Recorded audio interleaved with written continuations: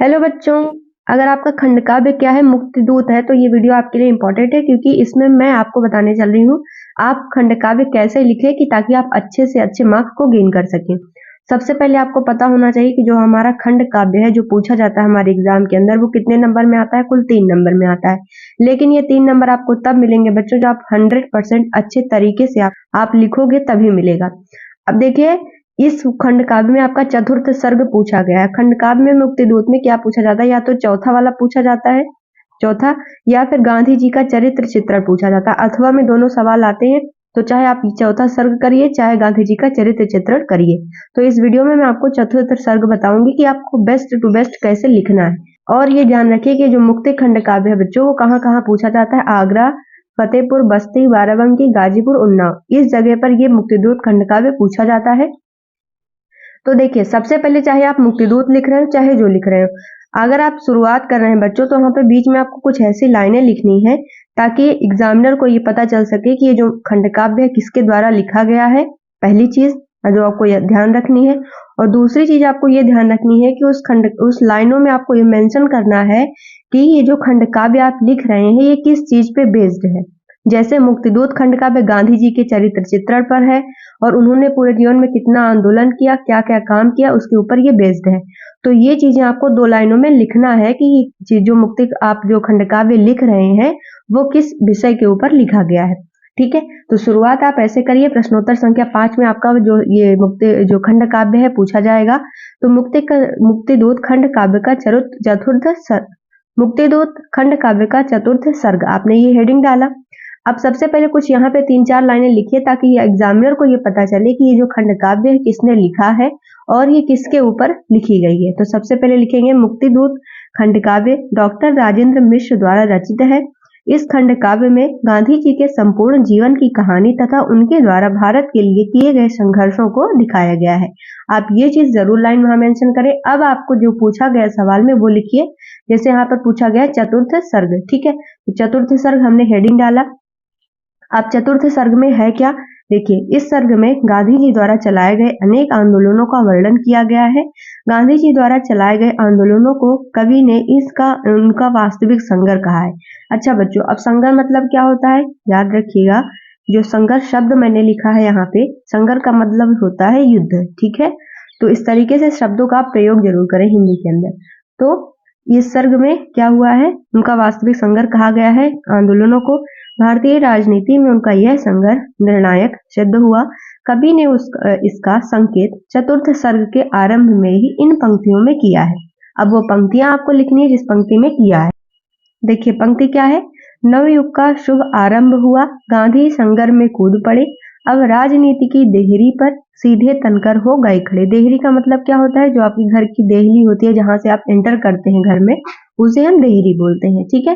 तो ये युद्ध की देहरी है, जिसमें जो राजनीति की देहरी थी उसको यहाँ पे मेंशन किया गया है। अब देखिए अब आपको क्या करना है, जब आंदोलन इसमें आपने पहले मेंशन कर दिया कि इस पे क्या किया गया है, गांधी जी के द्वारा आंदोलनों का वर्णन किया गया है। तो चलिए अब एक एक आंदोलन आपको लिखना है। आपको यहाँ पे कम से कम 3 या 4 आंदोलन लिखने हैं और आंदोलन ऐसा लिखिएगा ताकि आप कम से कम 5 या 6 लाइनों के अंदर पूरे उसका वर्णन करते हैं। जैसे असहयोग आंदोलन है तो अगस्त 1920 में गांधी जी ने असहयोग आंदोलन प्रारंभ किया। जनता ने विदेशी सामान का बहिष्कार किया, अंग्रेजों द्वारा दी गई उपाधियों को लौटा दिया तथा नौकरियों को छोड़ दिया। आपको जैसे जो आंदोलन आप मेंशन कर रहे हैं उसका पूरा डिटेल उसमें लिखना है, लेकिन कम से कम शब्दों के अंदर, ठीक है बच्चों। चलिए अब जैसे साइमन कमीशन का विरोध हुआ था तो उन्होंने किया था, तो इसमें क्या है, सबसे पहले आपको मेंशन करना है यहाँ पे कि साइमन कमीशन भारत में आया क्यों था, किस उद्देश्य से वो आया, किस लिए भारतीयों ने उसका विरोध किया था। तो शुरुआत करते हैं। 1919 में भारत सरकार अधिनियम में यह व्यवस्था की गई थी कि 10 वर्ष बाद एक ऐसा आयोग नियुक्त किया जाएगा जो इस बात की जांच करेगा कि इस अधिनियम में कौन से परिवर्तन संभव है। इसी के लिए सन 1927 में साइमन कमीशन का गठन किया गया तथा गांधी जी को लगा कि अंग्रेजों को की क्या है एक नई चाल है तथा उसका विरोध किया गया, जिसमें भारतीयों के लिए एक दुखद घटना ये हुई कि लाला लाजपत राय जी की लाठीचार्ज में मृत्यु हुई थी। तो देखिए साइमन कमीशन का विरोध हुआ, गांधी जी ने कराया, लेकिन पूरा डिटेल आपको इस तरीके से मेंशन करना है ताकि जिसने कभी नहीं पढ़ा है, आपको ऐसे ही बच्चों लिखना है एग्जाम के अंदर ताकि अगर जिसने कभी इस तरीके से आपको सोच के लिखना है कि एग्जामिनर ने कभी नहीं पढ़ा, अब उनको आपको अपने शब्दों में ये चीज समझानी है, ठीक है। अगर आप ये अपने मन में सोच करके आंसर लिखेंगे बच्चों तो बहुत अच्छा आंसर आप लिख सकते हैं। चलिए, तीसरा आंदोलन दांडी यात्रा का था, जिसको गांधी जी ने किया था, बहुत फेमस है ये।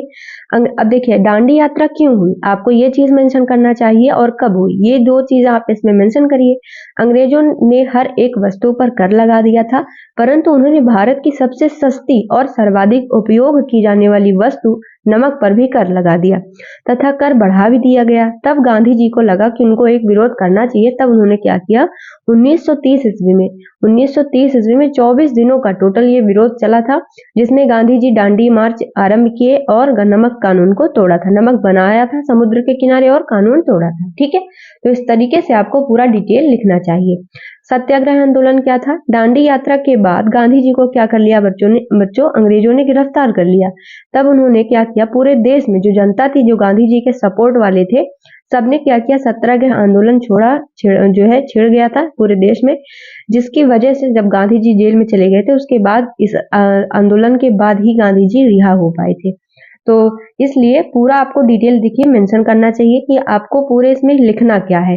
शुरुआत में उस खंड काव्य में क्या लिखा गया है वो चीज जरूर आप मेंशन करें शुरुआत करने से पहले, और किसने लिखा है वो चीज बच्चों जरूर मेंशन करें। तो ये वीडियो आपको जरूर कुछ ना कुछ तो समझ में आया ही होगा। तो बच्चों अगर कुछ भी समझ में आया होगा, कुछ जरा सा भी आपने सीखा होगा, तो वीडियो को प्लीज शेयर कर देना और चैनल को सब्सक्राइब भी कर लीजिएगा। Thank you and bye bye and best of luck for your exam.